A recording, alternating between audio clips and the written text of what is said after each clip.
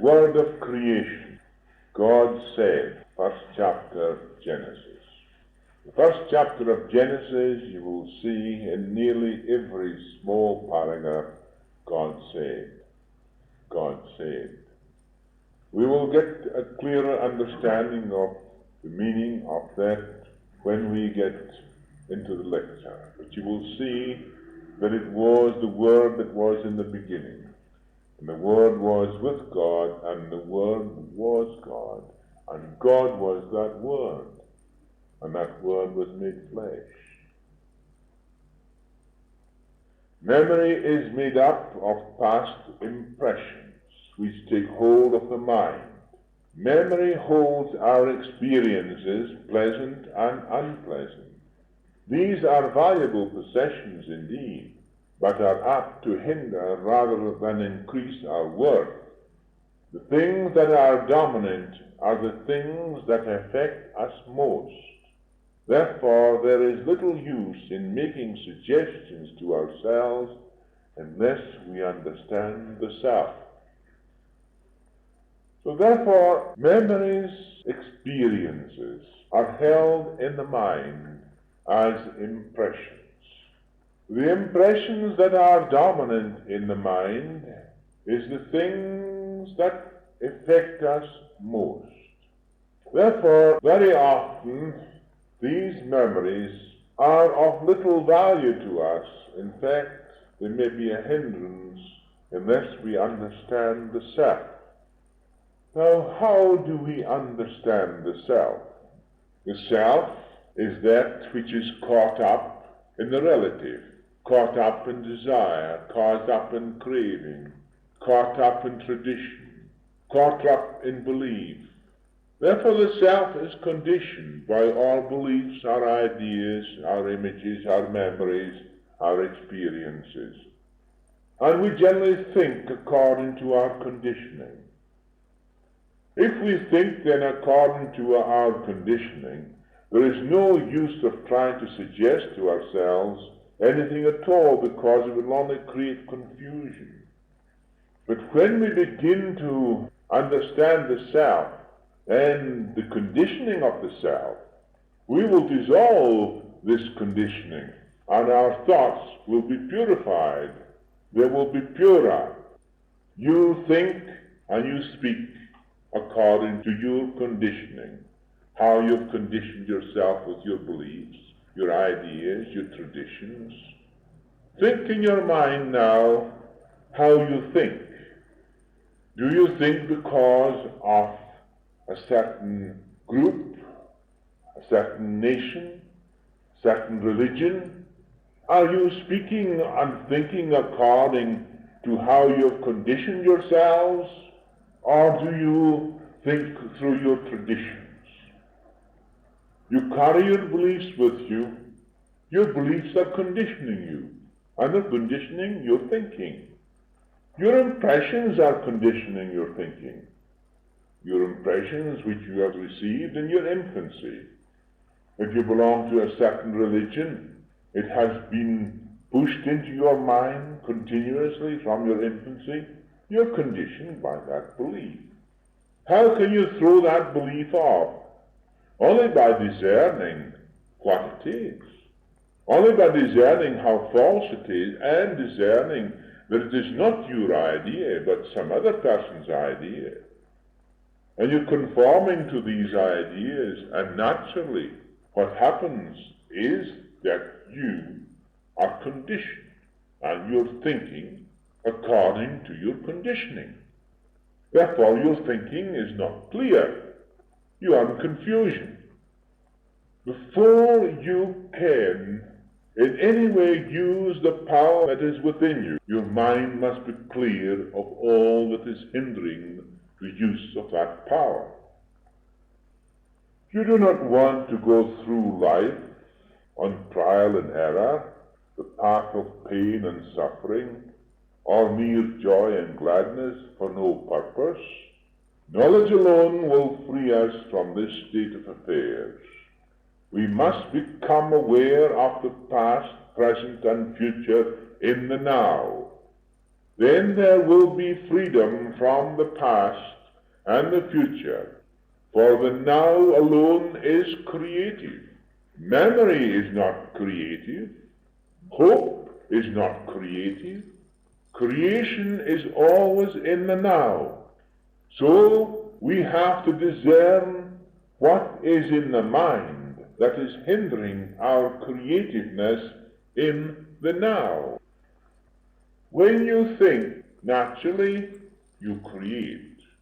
You create unconsciously because you think. But your thinking is based upon a falsehood. Therefore, you're creating false conditions. If you fear, you're creating what you fear. And fear is generally upmost in the mind of man because of the fact that he does not understand. Understanding only comes when you have a self-revealing process to reveal the self and all the ways of the self, its ideas, its images, beliefs, its traditions. And you've got to see how you're thinking. You've got to examine your mind to see how you're thinking. You've got to become aware every day, every moment of your thoughts and your emotions. If anything is said to you that interferes with your pet theory, you are up in arms. You become emotional. You reject it. If anybody says anything about any person you love, you're doing the same thing. If anybody says anything about your belief, or your tradition, or your nation, or your group, you do the same thing. What are you thinking from? Are you not thinking from the group? You're thinking from the nation? You're thinking from your tradition? You are, in a sense, of protectiveness. You're trying to protect yourself. It cannot be done. It shows that you are full of experiences, impressions, beliefs in tradition, in nationalism, and ideas, or beliefs, or religion, whatever the case may be. Therefore, you are conditioned, and your thinking is conditioned. Unless you discern these facts, you'll always be arguing with ignorance. And I told you before so often that to argue with ignorance is a fool's paradise. Unless we are aware of our mental makeup, that which is memory will make us act unconsciously. It is all very well for us to try and influence our minds with great qualities, successful motives, virtues, such like, through repeated affirmation of thought-word waves. What if there are antagonistic forces opposing them? We will have only confusion. I don't ask you to accept anything I say, and I don't care one rap whether you accept it or not. It doesn't worry me one bit. Neither would I argue with you whether you did or not. All I am trying to do is to enable you to think for yourselves. And only when you think for yourselves can you free yourselves from your inhibitions, from your limitations. Therefore, in the first place, we have to establish a peaceful rhythm and soothing harmony within, firstly by relaxation, then by outcropping what is in the mind. At the same time discerning these things as if we were watching a series of pictures impersonally. A good way to do this is to listen to gentle, inspiring music so that the extraneous mental energies are caught up, allowing an easy flow of memory thought pictures. When you listen to rhythmic music that floats over you, your mind begins to run out. There's one portion of your mind that seems to hang on to the rhythm of the music you are hearing.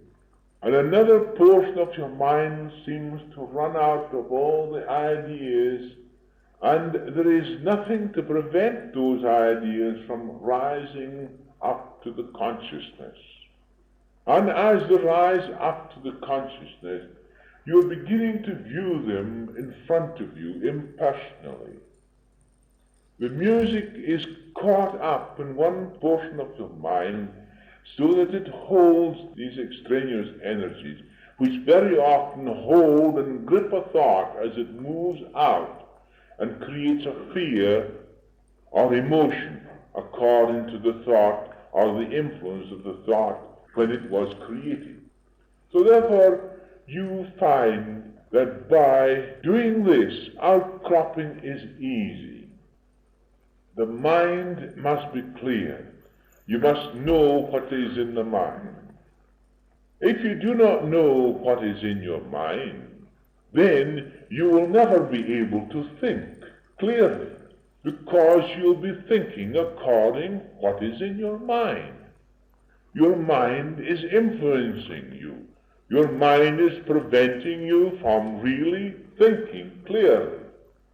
Therefore, as I say again, you are limited, and your thinking is limited and conditioned by your own conditioning. If I can in any way show you how to clear your minds of all confusion, then you'll be able to do the things that I will tell you of later. So this lessens the disturbance of the surface of the mind created by stirring, turbulent waves of thought that may arise. Pleasing sound has a soothing effect on the mind. There must be permanent peace established in the mental domain through discernment. But is your mind at peace? I think not. You have a long way to go yet, but nevertheless you're on the way. Everyone is seeking an escape from something, and when there is frustration, we seek an outlet. As long as we want to be something, we are inviting frustration. Being frustrated is painful, therefore we seek an escape from it. Therefore we cling to something or busy ourselves with it, whether it be religion, politics, love of country, or we may take to drinking as an outlet. They have the same deadening effect. When people really know what they are doing and how their action comes about, then they will see what is causing their action. People are frustrated. If you were brought up a child that is spoiled, you get everything, as it were, in your infancy, and as you grow up, you get everything too, until such time as you go out into the world, and you've got to face the world on your own. Now you find that you don't get anything at all, that everybody is taking things from you instead of giving them to you. Therefore you are frustrated, and you get fearful. You wonder what's going to happen to you, and you turn around and do all sorts of things because you're frustrated. You maybe steal, you may drink, or you may take to religion, you may take to any of those things because you are frustrated. If you know why you are frustrated, then you will know the self. You will know why the self is doing these things. The same thing is in everything in your life. A desire that is not fulfilled means frustration. If you know what desire is and what the self is, there shall be no frustration. But there is no escape, although you try to escape. There can be no escape whatsoever. You have to face the problem and dissolve it yourselves. But if you continue to try to escape, you will see that no matter which way you try to escape, it's the same thing. Whether it's drinking, religion, politics, or anything else, you will find it is the same thing. Are we not all a bundle of memories, a chain of memories in reaction to the present? We want to perpetuate ourselves through family, through names, through ideas, etc. So the me is just an idea which is giving sensation to that to which the mind clings. The me gives itself an importance that is entirely false. Therefore there must be pain. So we try to escape through innumerable ways, and the means of escape is similar. All this must be seen clearly as the mind gives up its cherished desires which have been frustrated.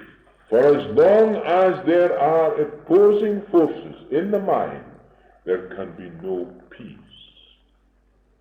And why do you desire something? Because you do not know that you've got everything. Frustration comes through lack. That is a sense of lack. If you're brought up with a silver spoon in your mouth, and you go out into the world and you find that the silver spoon is taken from you, there is frustration. Why are so many of those noodles that we know in the world today, such as sons of earls and baronets and all the rest of it, become noodles and useless individuals in the world? Because they enter the world with a silver spoon in their mouth and they find that they have no silver spoon and they are frustrated. And what do they turn to? The first thing they turn to is to drink or to something else. If they were trained to know the self and understand the cravings of the self and what the self was doing, then there would be freedom. Freedom can only come when you discern the hindrances of the self, the desires of the self, the cravings of the self, how the self is following a particular belief, whether it's following in tradition, whether it's following in a particular religion, whether it's following a political group, or whatever the case may be, it is all the same. You are frustrated and confused. And if you are confused, you are frustrated. And if you are frustrated, you are confused. So therefore you have no self-confidence, and then you look for others to help you, because you have no confidence in yourself. So you believe in others, and you get further confused because of your belief in others. You have lost your self-confidence because you are confused. And your confusion comes from lack of understanding the self. Only with harmony in the mind and soul can we see the real self in all, and all in the real self. We see the one in all, and all in one. And in the Bhagavad Gita it says this: Verily I say unto thee, that he that see that me in all, and all in me, him will I never forsake, nor will I suffer him to forsake me. Forever shall I bind him to me with the golden fetters of love. Yea, even say I, that he who realizeth me in my unity, and who loveth me so, him shall I cause to live forever within my being, even though he appeareth to live separately in his own mode of life, even in this world. This is a state of consciousness that one finds when the mind is clear of all that hinders this true expression. In this state, the creative power of sound becomes a glorious experience. Now you see what I'm leading up to. I sounded the Om for you the other night. I told you about the Om the other night. But can you experience the sound of the Om in yourselves? You can only experience it when you are not conditioned. If you are conditioned, even in your mind, in that subconscious realm, within your mind, in that memory cells, where you have your experiences, your beliefs, these are the things that you are continually expressing. And when you sound the Om, what do? You only increase the intensity of these things that are in your inner mind. You do not express reality. You must see clearly that you have to cleanse the vehicle through which you are expressing the Om. If you are looking through a glass that is smeared with smoke or grease or dirt, what do you see? You see through that glass according to how it's smeared, do you not? That's exactly what you do with your mind. You're expressing through your mind which is smeared, and you get a smear on the other side. That is how you produce the Om. You think then now that when I tell you that you can make the same vibration as I made to you the other night, some of you in the front here almost felt you were lifting off the seat. That is the power of pranayama. But can you produce pranayama with a mind so filled with beliefs and ideas of tradition, of nationality, of political beliefs, of this and that? Don't you see that these things don't matter at all? That the mind must be cleansed from all these hindrances, otherwise you're conditioned. And when you try to express the Om, you express the Om in your conditioned mind. I hope I'm making myself plain enough. That's what I'm trying to do anyhow. This is the secret of secrets, the sounding of the glorious word Om or Om, with its overwhelming magical potency. This magical mystic syllable has a source of power when repeated with understanding. Om is the most sacred name of the eternal spirit and is composed of three sounds. A-U-M. Om. It means the opening and the closing.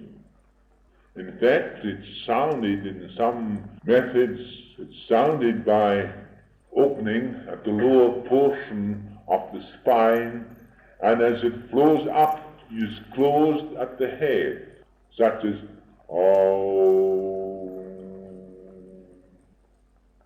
The vibration does that. If I go into the details of what happens, is so complicated, but I will give you some idea quickly.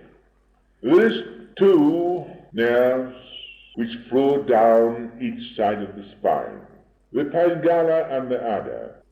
One is the outgoing and the other is the ingoing. These two work together through motor or sensory nerves which join them in the spine. At the bottom of the spine, there is a small hole in the spine itself called the Sushumna, right up to the top of the head. Forces come down from the top of the head here, magnetic forces, which enter into what we call the 1,000-petal lotus at the top of the head. They come down through and pass through the various centers. First, this center which becomes the individual center, the next center which becomes the fusing center of mind and matter, the next center becomes the first great vital center of the body, and as it flows down, it spreads through those various nerve centers down right throughout the whole body until it reaches the bottom of the spine. That force coming down on the outside, it then tends to flow out from the body through the aura and right away out into the atmosphere. When a person thinks and clears his mind, what happens is this. that there is this channel in the spine which opens called the Shushumna. And there is the two forces that come down each side of the spine, join together at the bottom, and begin to go up as one force up through the center of the spine. The positive and negative have joined together, and when they reach the top of the head, then the consciousness has power over everything, because the consciousness has power over the energies that flow from the spiritual sense into the first center, which is spiritual sense. Next center is individual sense. Next center is the mind and matter, which controls all mind and matter, which are one. And down right through all the planes which man has, right down to the mineral, the vegetable, the animal, the habit, and so forth, and these planes are all under his control. This is the secret of when the mind is cleansed. If the mind is not cleansed, there is the influences of these particular planes, such as his habits, his beliefs, his mental ideas, and so forth, hindering the whole process of the clearness of the control of the prana, that is, the energies in the universe. And therefore it is necessary for man to control his own thoughts first, to direct them, to discern them, and also to see his own emotions. He therefore understands his emotions. He understands everything, and therefore he controls every plane of existence through the whole of his body.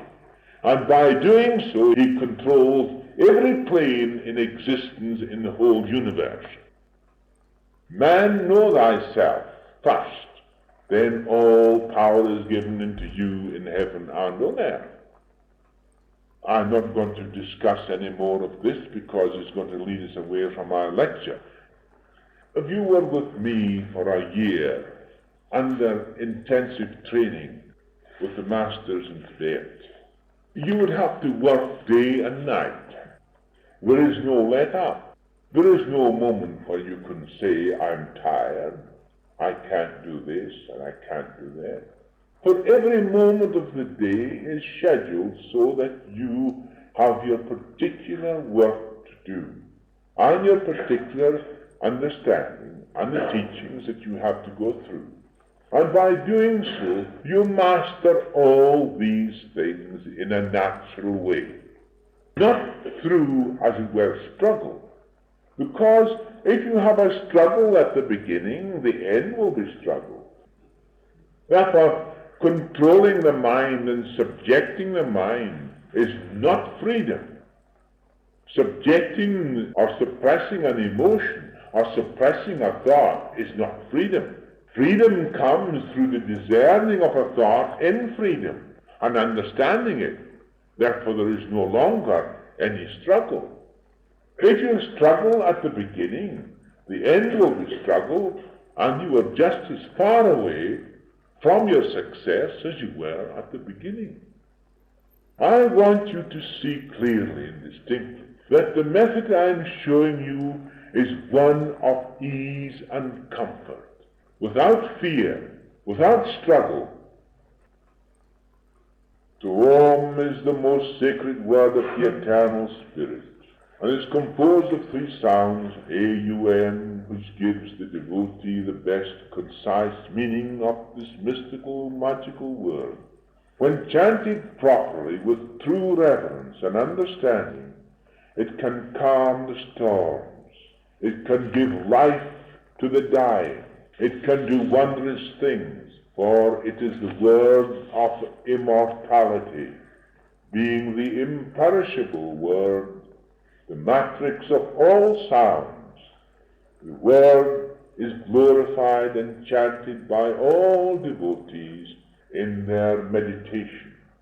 It means, I am the taste in the waters, I am the light in the sun, I am the sound in the ether, as well as the consciousness in man, the word of the Lord of the universe, the all-pervading universal spirit, and the consciousness feels itself one with all and all with one. So the Om is produced, these sounds being the matrix of all sounds in the universe, is the basis of all creation. That same sound is heard in everything, but the pitch of the tone determines the vibration of that particular object or subject or individual. Constant repetition with concentrated meditation, with the mind clear of all obstacles, the soul is liberated from time and space, and enters into the allness of everything. All power is given unto me in heaven and on earth. You will not yet grasp this great truth, but one day it will dawn upon you. Now the things I have said to you probably months ago are just beginning to dawn upon you now. And so it will be so. The things I say to you tonight you will not perhaps understand wholly, but probably in a week or two's time or a month's time it will all come to you. That is the truth that Jesus said. The Comforter will come to you, and it will show you. All I have said to you will then be made plain to you. So it is with you as well. Om is the sound of creation, and the thought goes forth in the sound to create or disintegrate. The ether wave and the air wave mingle together, and all is possible because the consciousness has become aware of itself as the creative force sending forth into the ether and the air waves that cause the etherons to form and the sound reduce them into form to be seen and heard and felt in the material world. Thus matter is mind materialized. In this way Jesus led the multitude. How little do we understand the grand, mysterious power of the Masters. Those who chant rituals know little of what they are doing. Neither do those who use words lightly. You can go to church, you can hear people singing, they're chanting. You do not know what you're doing. You're just singing. But if every word of what you're saying becomes a formed image in the mind, it goes forth into the ether with the sound you have created. The therapeutic properties of sound and their harmonizing vibration exercise an influence upon the atomic structure of the mind and body. They affect the ethereal, astral, and physical sheaths that close the real self. It is the sound of the Om that comes from within, that harmonizes all the cells of the body. When this is realized, a great civilization will appear. The only power will be seen as that which comes from the Spirit within. The creative power of sound, as well as the knowledge and realization of the Spirit's creative power, creates a pleasing, harmonious balance when the Om is sounded. With the correct tone and understanding, it has the power of rejuvenating the mind and body. Why has it the power of rejuvenating the mind and body? When you sound your own note, the creative Om that is within yourself, the Word that was in the beginning, the Word that was with God, and the Word that was God, the Word of creation, you see through God say. So it was the Word, not creation. Knowing that sound passes down completely through the whole universe, from its ultrasonic range down into the hearing range and below the hearing range, because you can only hear from 30 to 32,000 vibrations per second. Above and below, you do not hear those vibrations. There are vibrations of sound that you do not hear at all, which are below the scale of your own hearing. There are vibrations of sound above your scale of hearing, into infinity, that you have never heard before. But these sounds are in operation because of the motion of the atoms and etherons that are in activity. Wherever you have motion, you have sound. If the ethereal sounds were heard in your ears just now, it would deafen you, because your ears are not composed of the vibratory substance that would hear those sounds. Therefore, if you did hear them, they would be at a terrific rate of vibration. It would almost lift you off your feet. Have you ever stood in a railway station where there was a shrill whistle of the engine in a high, high pitch, and then you listen to that, and all the time you feel like you've been lifted off your feet? That is sound, almost above the vibration of what you should hear. If that sound went more shrill, it would get into the ultrasonic range, and you would not hear the vibration at all. Same with ethereal vibrations, if you heard them at this moment.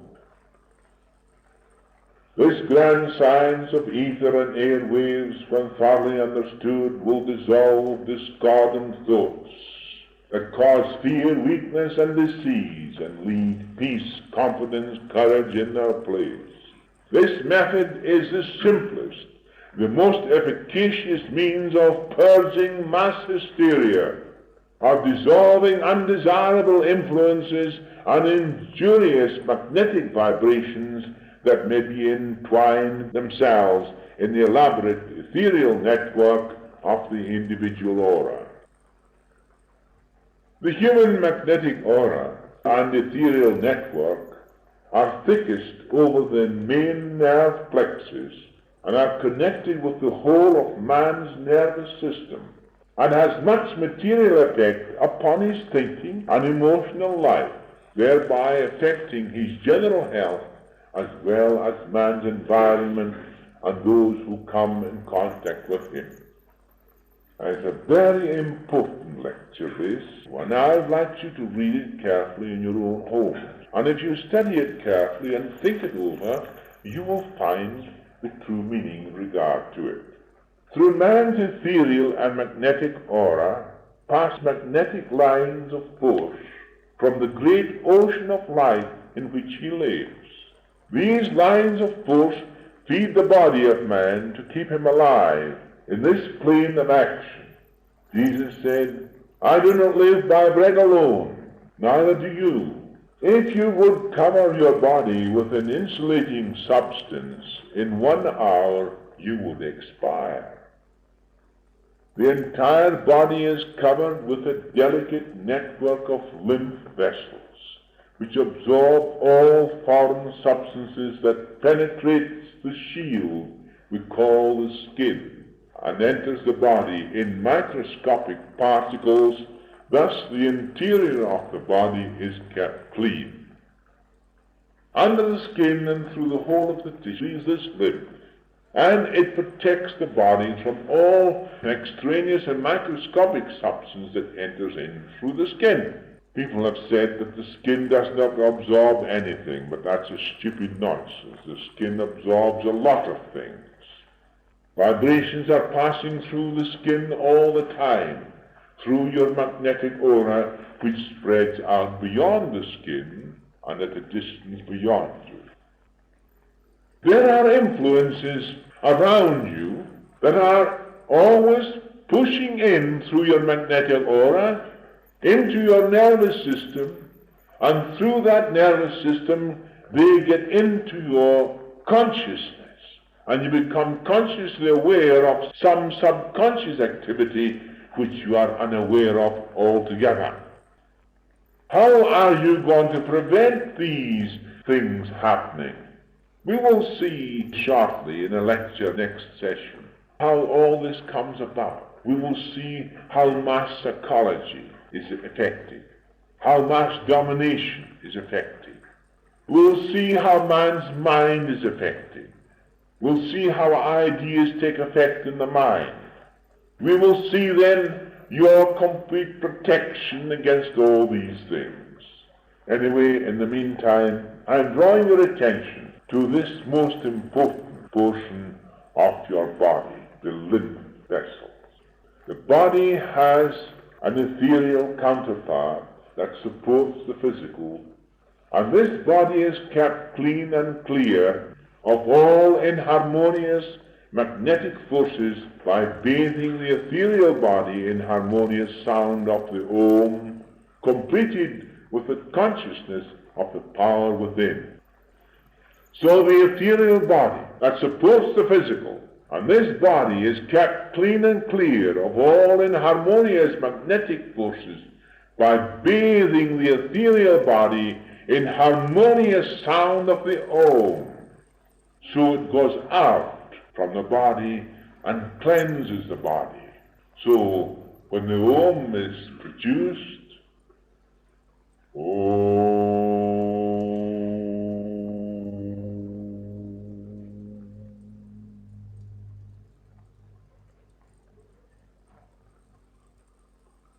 thought and the sound goes out together, and the vibrations are still going. They're moving outwardly, out to the very end of the aura. I can feel it still going further and further out beyond me. I'm still aware that my aura is moving, is far out. If I stand in your midst and come near enough to you, at this moment you would feel the aura. If I came and stood here, at this moment, those who are near me would be in my aura. You feel the aura? I go back, out of it gets less. Some people's aura only moves round their body, just about a few feet from their body. That is a weak aura. That's an aura of an individual who is caught up in all these things with a confused mind. But the mind is clear. The consciousness becomes aware. Therefore is setting off vibrations of a higher rate of vibration through the aura. And none of these negative vibrations can enter in. The ethereal atmosphere is charged with vibrations of hate, anger, jealousy, sickness, as well as personally directed antagonistic thoughts. All these vibrations can be expelled and dissolved by pure thought and the sound of the powerful harmonious note of the Om, the primary vibration of life itself. When this is understood, you will see the grand magical power of the sound wave as well as the ethereal wave upon the mind and body. The magic sound of the Om sweeps the atoms of the mental, ethereal, and physical bodies into harmony, bringing them in tune with the universal song of life. The universal song of life going through the whole of life itself. The various notes in harmony with one another. There is no discordant note of any kind, because the Om is the foundation and the matrix of all sounds. The pitch of the note determines the vibration of that particular subject or object. Therefore you have a harmonious tone right through the whole of the universe. And here I will show you what I mean by a harmonious tone of all the pitches. Listen to my voice. You will hear in this tone of the Om, from the lowest pitch to the highest. Listen to it. Om.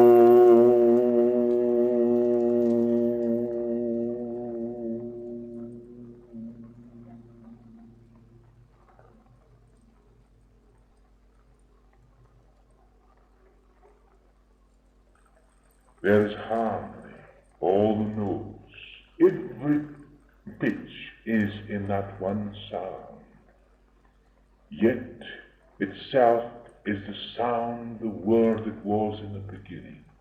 And you can listen, you can hear it in the waves of the sea. You can hear it in the rocks. You can hear it in the trees, in the flowers. You can hear it in the animals and in man. If you have that word, the animals will bow down before you. They are under your control. You can do anything with any wild animal without any danger whatsoever. That is the power of the home, the controlling sound of all creation. This is the most scientific method ever devised for man, known only to the masters, and has been handed down by word of mouth to those who have advanced sufficiently to understand. To those who are ignorant of these things, there is danger from their own folly, and many who are truly ignorant of the higher things of life will disregard them, the cause of their ignorance.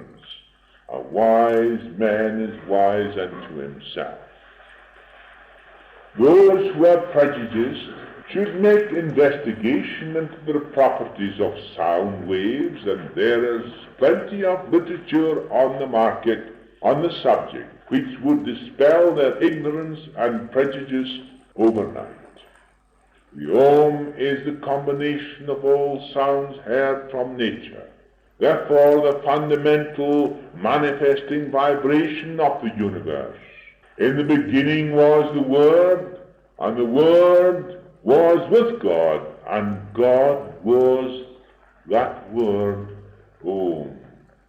In other interpretations, the Christ of God. Consciousness and intelligence. Consciousness is the directing force. Consciousness is the thought, the silence, the activity is the intelligence.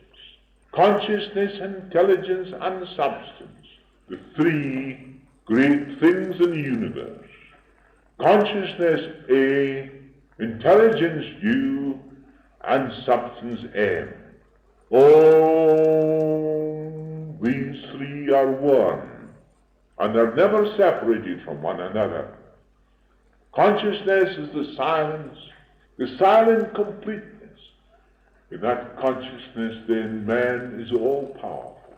The intelligence responds to the consciousness, and acts as an intelligence that knows what to do.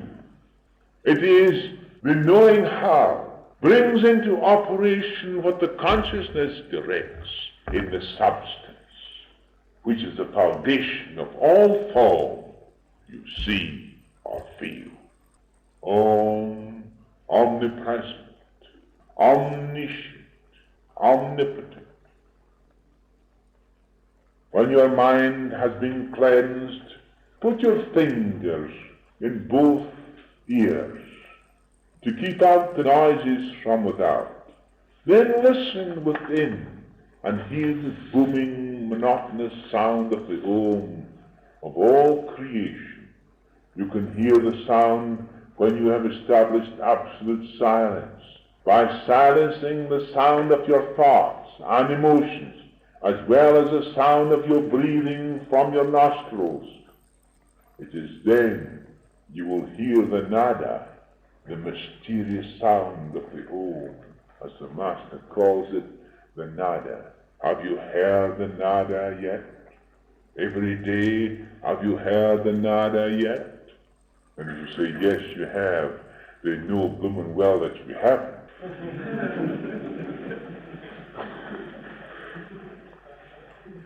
There is the perfect way to hear the Om without putting your fingers in your ears.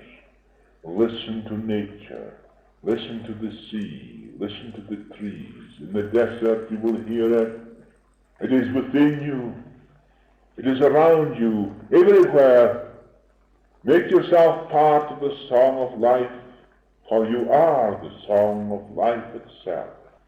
You will soon discern the mysterious hum of nature and the song of creation, the divine harmony, the Om. You will then realize the power of the vowel in speech. Without the vowel you could not utter a word. There will be no means of communication. In all tribes the language is mostly made up of vowels because they are next to nature, even if it is in the raw sometimes. The sounds of the Om are pure, basic, unaffected sounds, and are uttered without the help of the tongue, the palate, or teeth, and therefore represent the foundation of sound production. Oh, the tongue doesn't come in, the teeth doesn't come in, it is the actual sound. Therefore, animals respond to the sound of the Om. And why does the master control the tiger, the lion, the serpent? Because he knows the sound of the vibration. And he has no fear because he knows he controls the principle which permeates the animal life. If you control the principle of the animal life, you can do anything you like with that animal or any animal because you know the principle. But how do you know the principle? You have to become one with the principle. Therefore, the master becomes one with the animal principle. Although not of it, he becomes one with it for the time being. He's not separated from it, but he controls it and directs it. He does the same with the seed in the ground. He does the same with the minerals. He does the same with any inanimate object. He does the same with the human being. Read again on the light that I have told you, the words that Jesus said, and you will have a tremendous awakening. Animals all respond to the sound of the Om, and you can quell the wildest beast of all creation by the sound of the Om, produced with the understanding and power of the Spirit within.